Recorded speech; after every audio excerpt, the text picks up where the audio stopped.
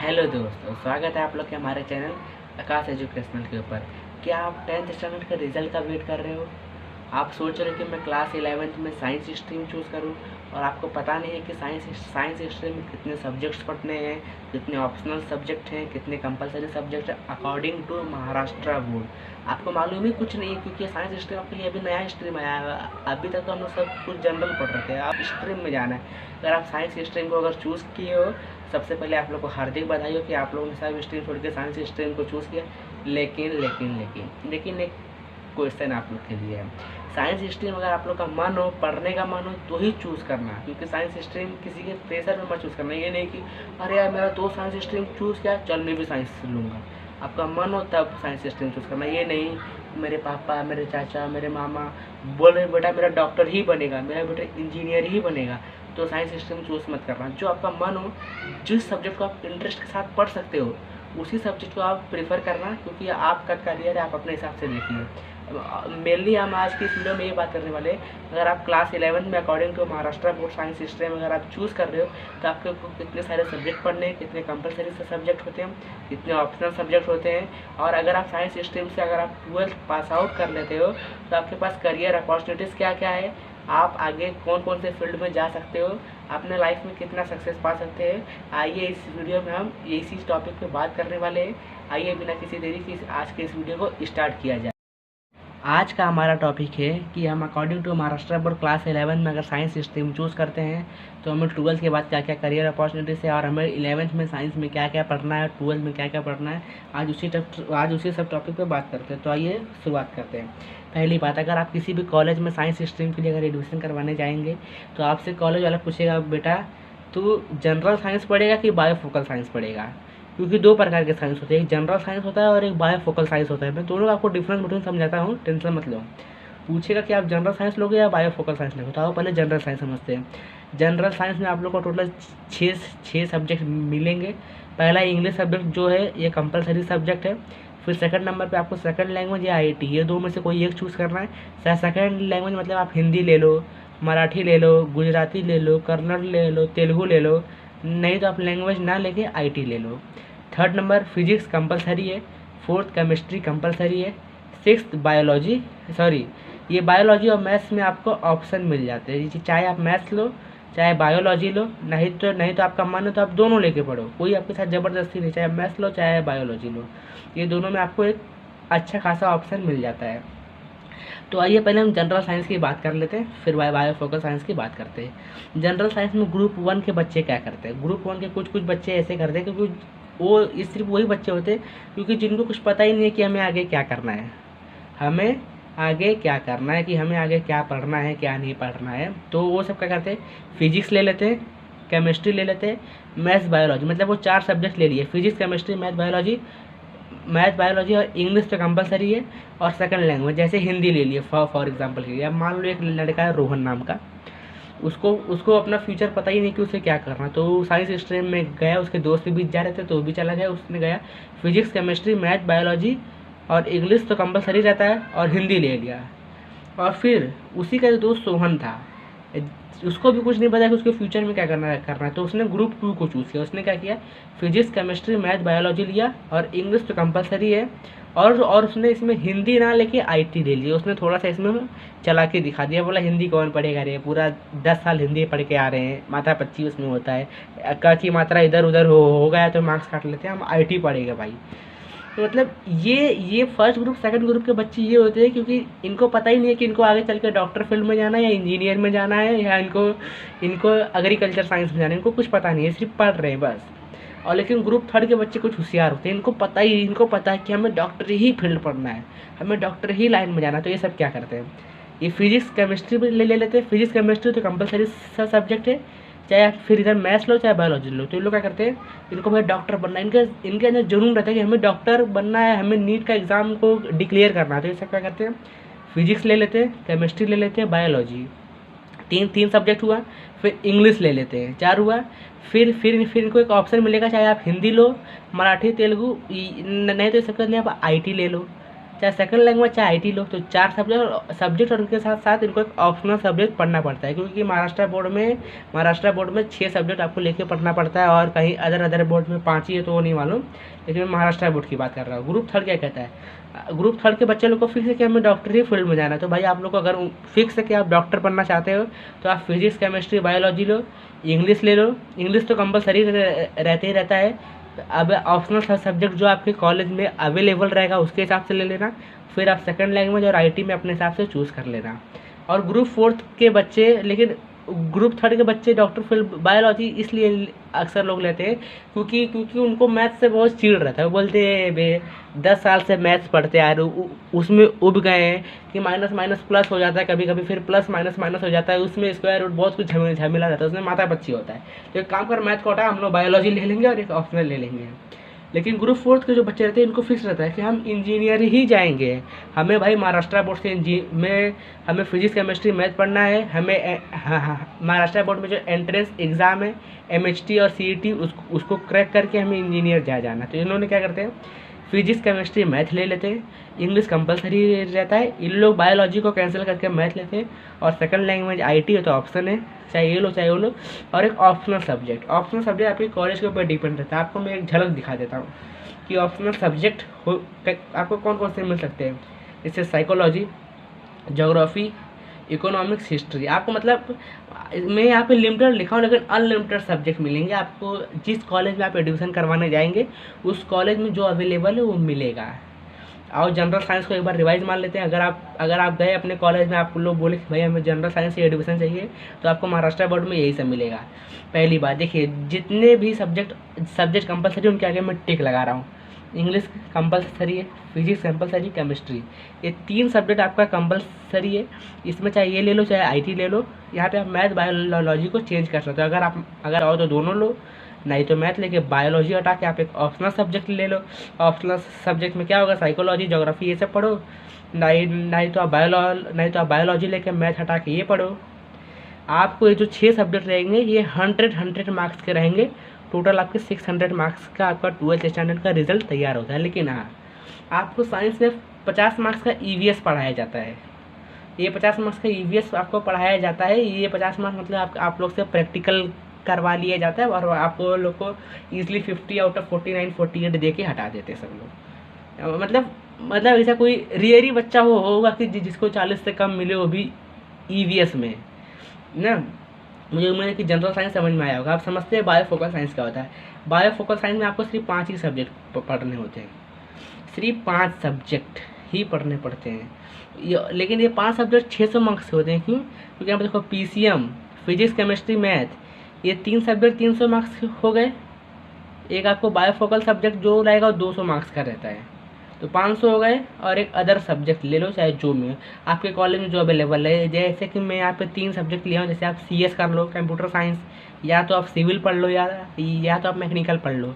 अगर आप बायोफोकल साइंस में जाओगे तो आपको PCM करना है, PCM फिजिक्स केमिस्ट्री मैथ, और आपको एक बायोफोकल सब्जेक्ट लेना पड़ेगा, एक बायोफोकल सब्जेक्ट और एक अदर सब्जेक्ट। आपको 5 सब्जेक्ट मिलेंगे।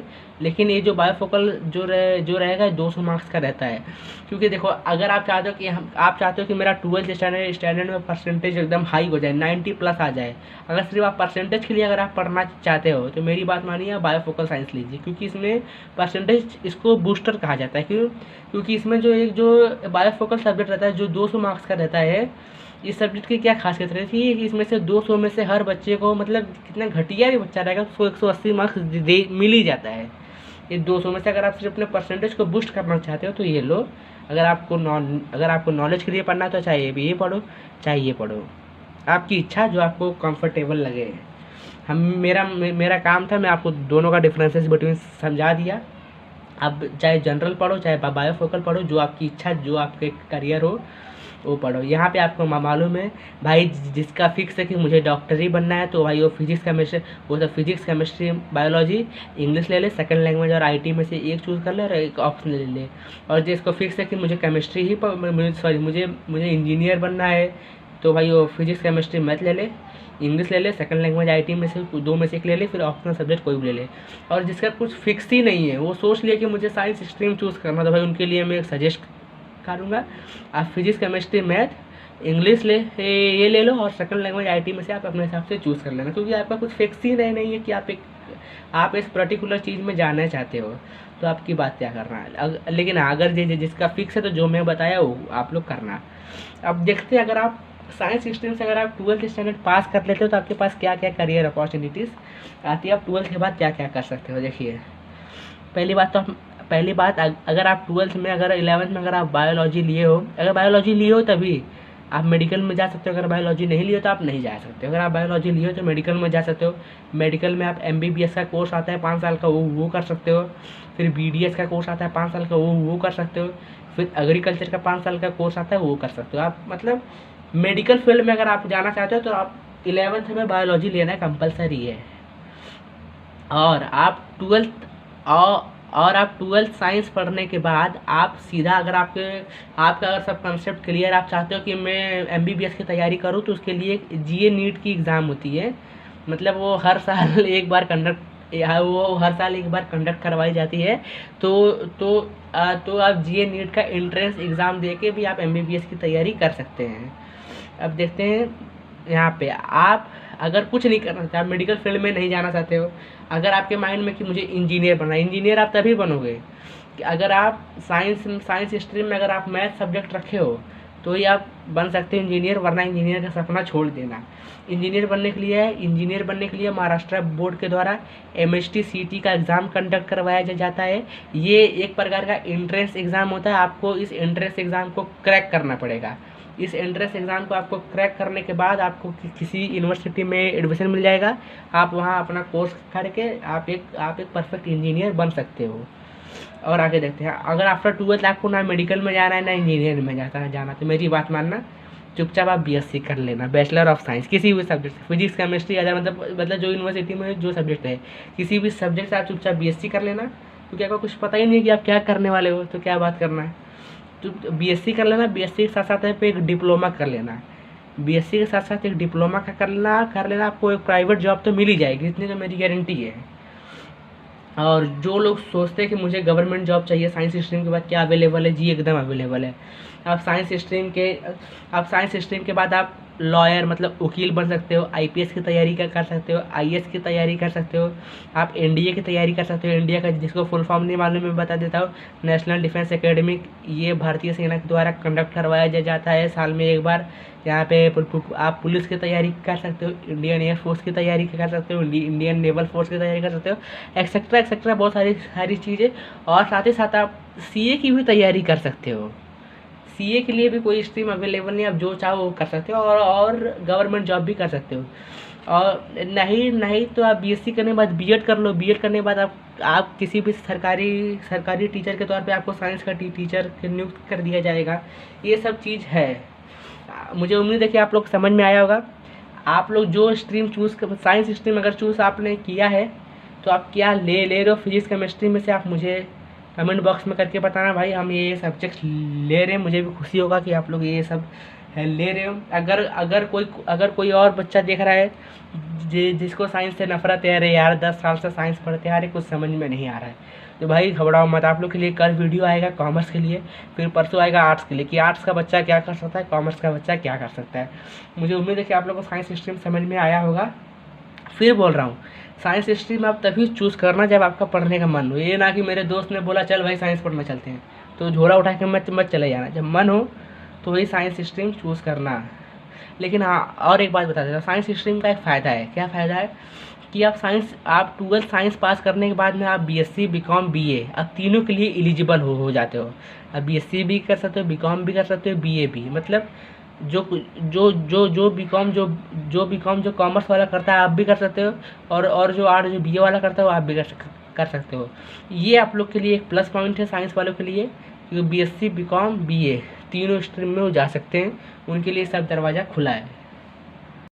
मुझे उम्मीद है कि आप लोग को साइंस स्ट्रीम के समझ में आया होगा कि साइंस स्ट्रीम में कितने ऑप्शनल सब्जेक्ट होते हैं और कितने कंपलसरी सब्जेक्ट होते हैं अकॉर्डिंग टू महाराष्ट्र बोर्ड, क्योंकि मुझे किसी और बोर्ड्स के बारे में ज़्यादा नॉलेज नहीं है।